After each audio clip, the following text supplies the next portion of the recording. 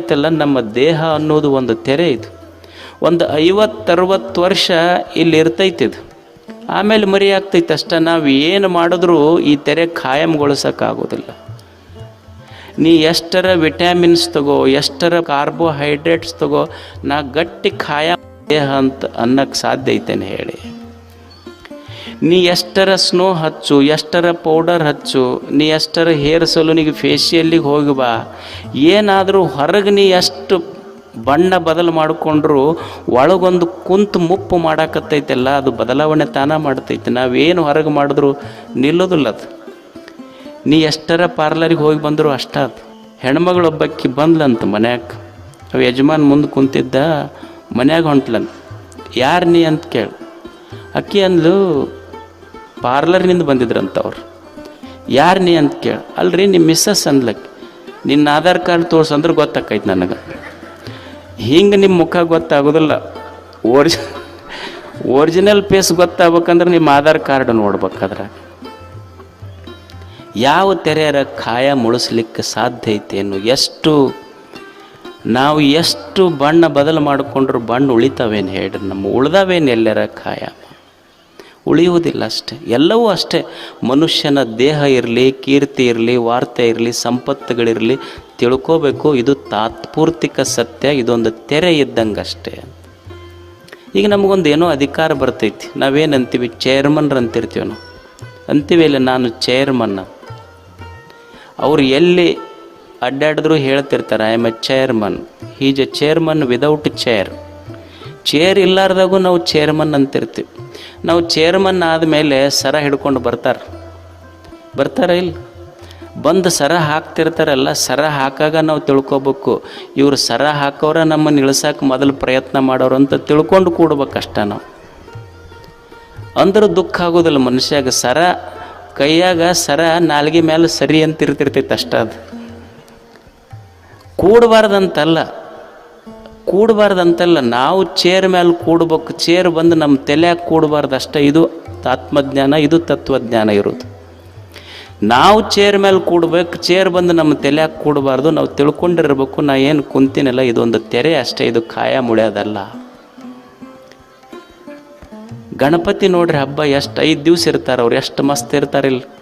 ಅವನಿಗೆ ಕೇಳಿದ್ರೆ ಗಣಪತಿಗೆ ಏನಪ್ಪ ಇರೋದ 5 ದಿವಸ, ಎಷ್ಟು ಮಜಾ ಇರ್ತೀಯಲ್ಲ ನೀನು.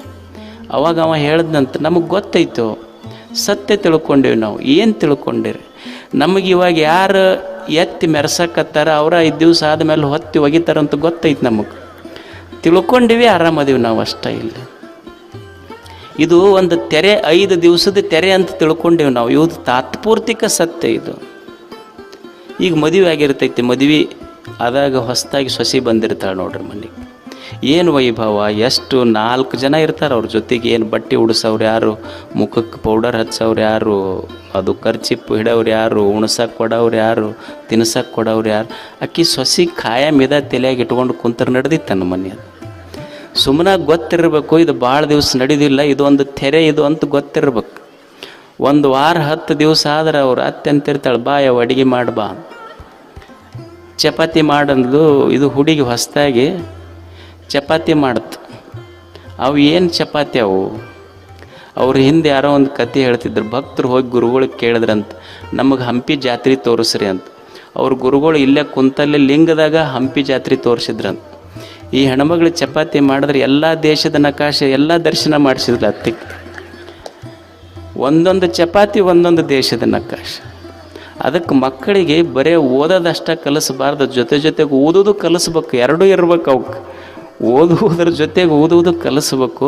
ಅದ್ರ ತಲೆಯಾಗ ಗೊತ್ತಿರಬೇಕು, ನನಗೇನು ಹೊಸದಾಗಿ ನಡೆಯಕ್ಕೆ ಬಂದಾಗ ಏನು ಮರ್ಯಾದೆ ಐತಿ, ಗೌರವ ಐತಿ, ಇದ ಖಾಯಂ ಇರ್ತೈತಿ ಅಂತ ತಲೆಯಾಗ ಇಟ್ಕೋಬಾರ್ದು. ಇದು ಒಂದು ತೆರೆ ಅನ್ನುವ ಸತ್ಯ ಗೊತ್ತಿರಬೇಕು ಮನುಷ್ಯಾಗ. ಇದು ಒಂದು ತಾತ್ಪೂರ್ತಿಕ ಸತ್ಯ. ಇದು ತೆರೆ, ಇದು ಅಷ್ಟ ಜೀವನ ಇಲ್ಲ. ಇನ್ನು ತಾತ್ವಿಕ ಸತ್ಯ, ಒಂದು ಶಾಶ್ವತ ಸತ್ಯ ಐತೆಲ್ಲ. ಈಗ ನೀವು 2 + 2 = 4.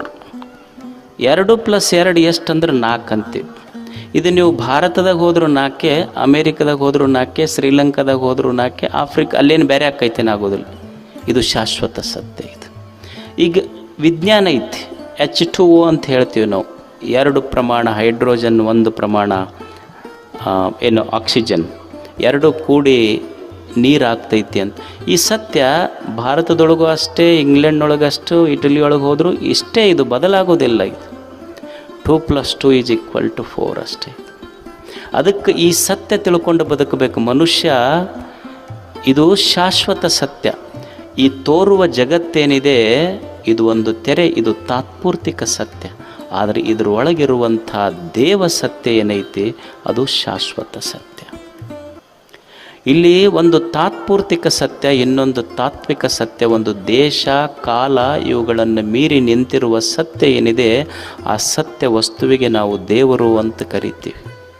ಆ ಸತ್ಯ ವಸ್ತುವಿಗೆ ದೇವರು ಅಂತ ಕರಿತೀವಿ. ವಿಜ್ಞಾನಿ ಅದಕ್ಕೆ ಶಕ್ತಿ ಅಂತ ಕರೆದಿರಬಹುದು, ವಿಜ್ಞಾನಿ ಶಕ್ತಿ ಅಂತ ಕರೆದಿರಬಹುದು, ತತ್ವಜ್ಞಾನಿ ಅದಕ್ಕೆ ಸತ್ ಅಂತ ಕರೆದಿರಬಹುದು, ಒಬ್ಬ ಭಾವುಕ ಭಕ್ತ ಅದಕ್ಕೆ ದೇವರಂತ ಕರೆದಿರಬಹುದು.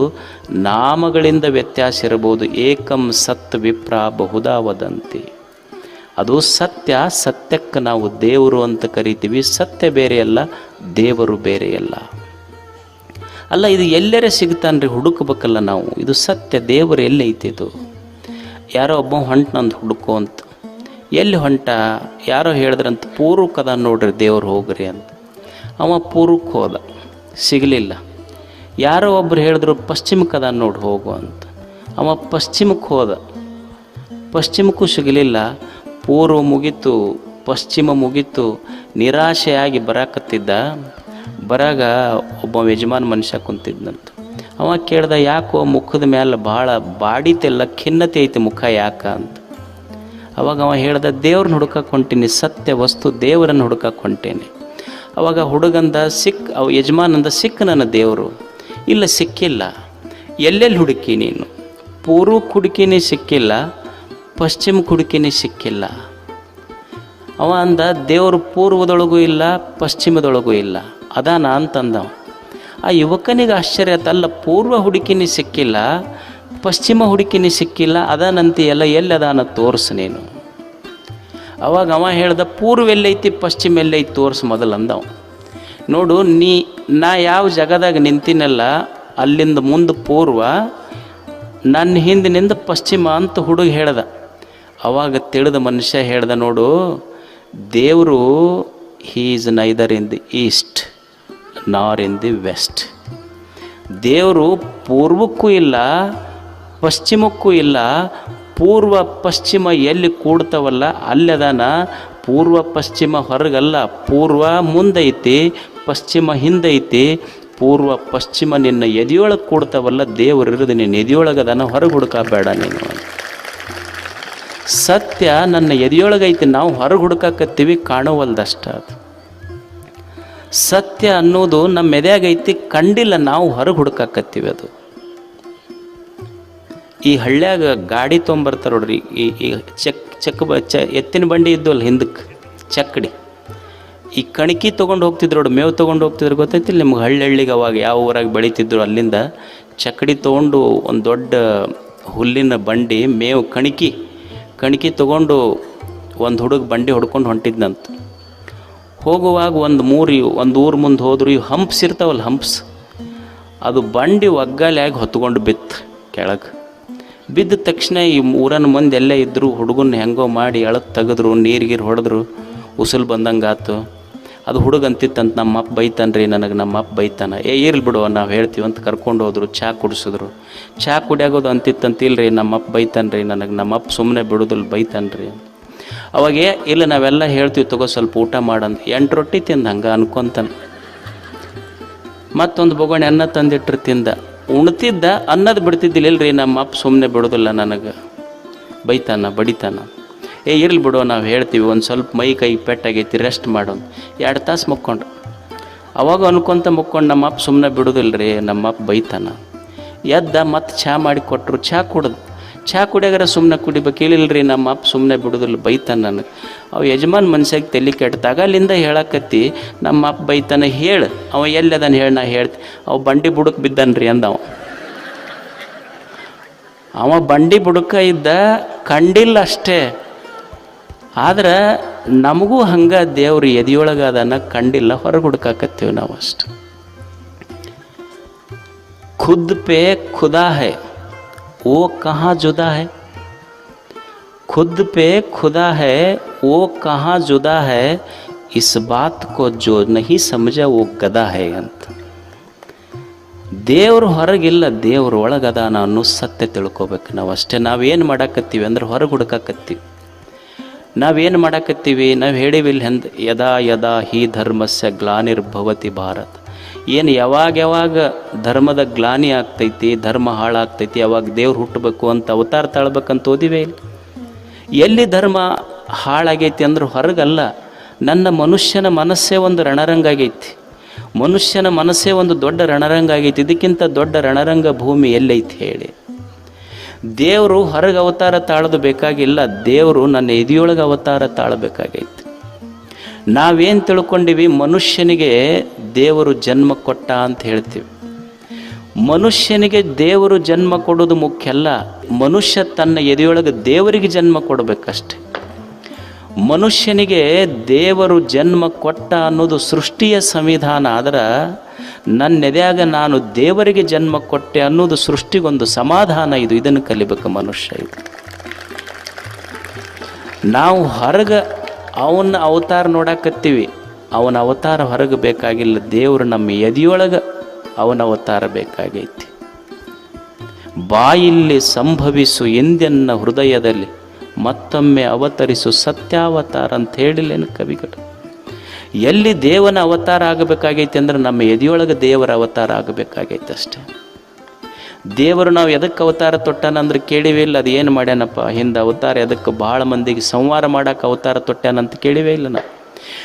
ದೇವರು ಸಂಹಾರ ಮಾಡೋಕೆ ಅವತಾರ ತೊಟ್ಟಿದ್ದು ಸಾಕು, ಇನ್ನು ಸರ್ವೋದಯಕ್ಕಾಗಿ ದೇವರ ಅವತಾರ ತೊಡಬೇಕಾಗೈತೆ, ಸರ್ವರ ಏಳಿಗೆಗಾಗಿ ದೇವರ ಅವತಾರ ತೊಡಬೇಕಾಗೈತೆ ಅಷ್ಟೆ.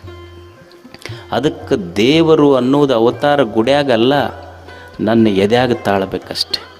ಅದಕ್ಕೆ ಪತಂಜಲ ಮಹರ್ಷಿಗಳು ಏನು ಹೇಳಿದ್ರು ಅಂದ್ರೆ, ಎರಡನೇ ನಿಯಮ ಸತ್ಯ. ಇದು ಯಾವಾಗ ನಿನ್ನ ಎದೆಯೊಳಗೆ ಸತ್ಯ ಜನ್ಮ ತಾಳ್ತೈತಲ್ಲ, ನಿನ್ನ ಎದೆಯೊಳಗೆ ಸತ್ಯ ದೇವರು ಜನ್ಮ ತಾಳಿದ ಕ್ಷಣ ನಿನ್ನ ಸಂಕಲ್ಪ ಸಿದ್ಧಿ ಆಗ್ತಾವ, ನೀನೊಬ್ಬ ದೈವಿ ಪುರುಷ ಆಗ್ತಿ ಅಷ್ಟೆ. ದೇವನನ್ನು ಹೊರಗೆ ಗುಡಿಯೊಳಗೆ ಹುಡುಕೋದಲ್ಲ, ದೇವರನ್ನು ಎದೆಯಾಗ ಹುಡುಕೋದು. ನೀವು ಅನ್ನೋದಲ್ಲ, ದೇವರು ಗುಂಡುಗಡಿಗೆ ಹಾಕುವಂಥ ಶಬ್ದ ಐತಿಲ್ಲ ನಿಮ್ಮ ಕಡೆ, ನಾವು ಗುಂಡುಗಡಿಗಾಗ ಹಾಕಿಟ್ಟಿವಿ ಅಷ್ಟ. ಅದರ ಅರ್ಥ ಗುಂಡುಗಡಿಗಾಗಲ್ಲ, ದೇವರನ್ನು ಗುಂಡುಗಡಿಗಾಗ ಹಾಕೋದಲ್ಲ, ದೇವರನ್ನು ಎದೆಯ ಗುಂಡಿಗೆಯೊಳಗೆ ಹಾಕು ಅನ್ನೋದು ನಿಜವಾದ ಅದರ ಅರ್ಥ ಅಷ್ಟೆ. ನಾವು ಅದನ್ನು ಕಟ್ಟಿ ಅಲ್ಲಿ ಒಗೆದಿಟ್ಟು ಇವ ಉಂಡಾಡಿ ಗುಂಡಾಗ್ಯಾನ, ಇವ ಗುಂಡುಗಡಿಗೆ ಹೋಗಿ ಇದನ್ನು ಒಳಗೆ ಪ್ರತಿಷ್ಠಾಪನೆ ಮಾಡಿಕೊಳ್ಳೋದು, ದೇವನನ್ನು ಹೊರಗೆ ಪ್ರತಿಷ್ಠಾಪನೆ ಮಾಡುವುದಲ್ಲ. ದೇವನು ನನ್ನ ಎದೆಯೊಳಗೆ ಪ್ರತಿಷ್ಠಾಪನೆ ಆಗಬೇಕು ದೇವರದು. ದೇವರು ಅದಕ್ಕೆ ದೇವ ಸತ್ಯ ಯಾವಾಗ ನಿನ್ನ ಹೃದಯದೊಳಗೆ ಪ್ರತಿಷ್ಠಾಪನೆ ಆತೋ, ನಿನ್ನ ಜೀವನವೇ ಪೂಜೆ ಆಗ್ತೈತಿ, ನಿನ್ನ ದೇಹವೇ ದೇವಾಲಯ ಆಗ್ತೈತಿ, ನಿನ್ನ ಮನಸ್ಸೇ ಗರ್ಭಗುಡಿ ಆಗ್ತೈತಿ.